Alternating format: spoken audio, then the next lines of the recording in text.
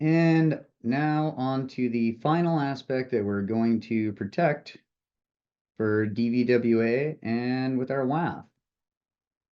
So we'll come over here to file inclusion. And with this one, you can see, we'll go ahead and copy the URL like we did before. What this DVWA is going for the lesson is to teach you about directory traversal. So within this context, reaching these files would be a direct call to, the file name. With directory traversal, you could do something to the effect of, //etc/password.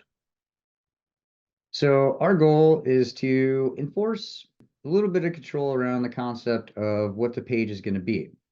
So we know in this case, we can see that it's actually being sent to the same path as this page.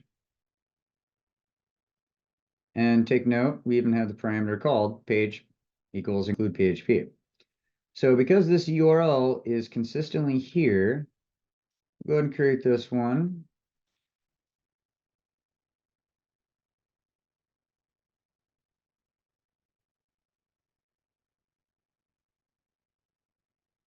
And wildcard, create.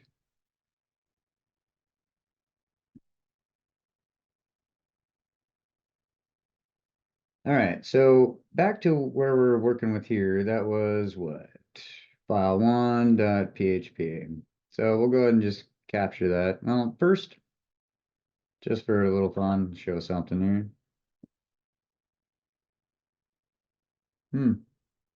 Something broke.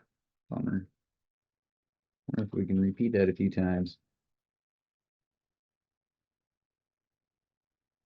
Oh, bummer. So, yeah, vulnerable. So our goal here is to go ahead and protect that. And as we saw, we had to get a little lengthy here. So we can use that to our advantage. So we'll go over here to our F5 and we'll go create a parameter. And we'll call it page, like it's supposed to be. No staging, allow empty, no repetition. So in our case, we know we're vulnerable to directory traversal, and we know that we cannot fix this web app because it was, built in summer 98 and cannot be updated because of reasons. So we'll go and do the best that we can do. So we see the file pages are file1, file2, file3, PHP. So we can kind of roll with that, and we'll roll with our typical computer byte length value. So we'll just pick 16 on this one. So double length of 8, even though I could totally protect that with 8 and it would be, valid. But we also have the file extension to consider. So we'll just roll with 16. And we'll go ahead and do some meta character control here. Now, because the file name shouldn't be including some of these characters, we'll go ahead and mitigate those.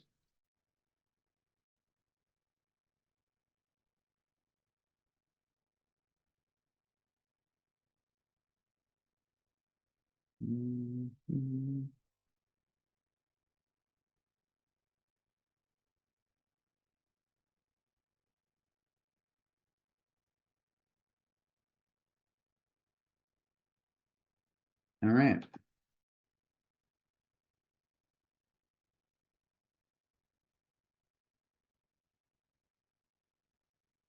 Now, it is fair to say that many WAFs, including the F5 for that matter, do have a feature where directory traversal is kind of like just a default function. It's a global checkbox, which we'll check that out here in a minute. But what we just done here is effectively make sure that directory traversal still cannot succeed simply by the control of the slash, the whack, whatever you want to call it, and by setting it to disallow.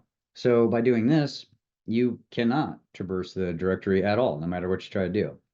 Add some attack signatures, well, you get even further. But that simple global control that I was mentioning a minute ago, that's ultimately what's going to block this to begin with anyways. This is just another layer to say that we did, even more.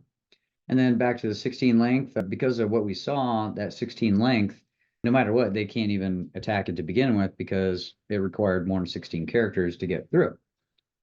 So we'll go ahead and create that. And then just to show you the control,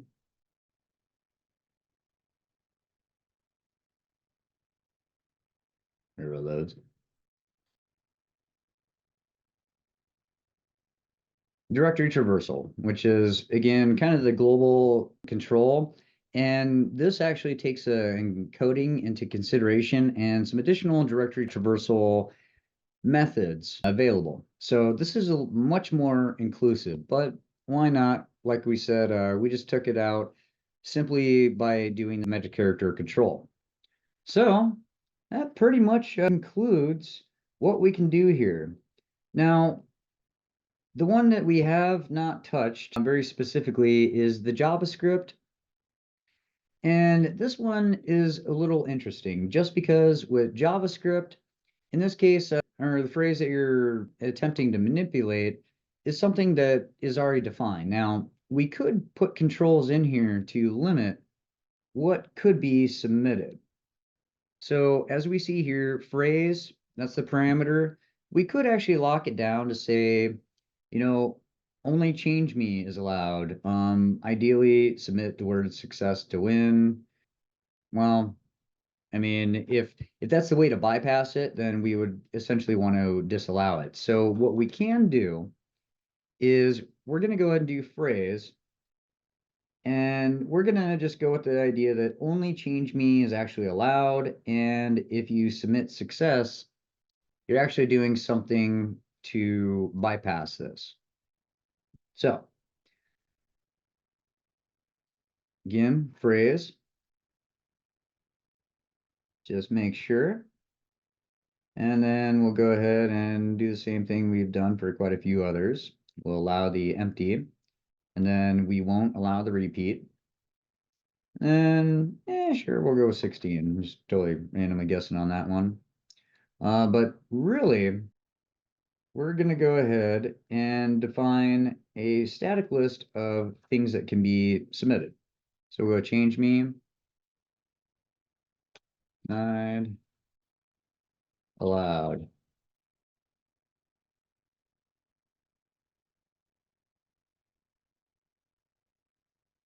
Oops. Nah, whatever, allowed didn't go in there.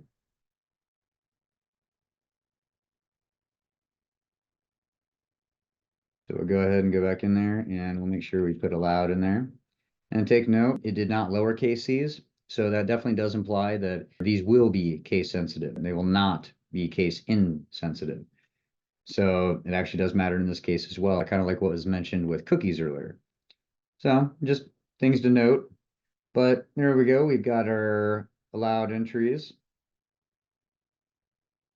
And that's effectively what we can do in the sense of tampering here, because ideally it's going to be very specific on the web application. But if you do know what only is allowed for the JavaScript interaction, then you can actually define it.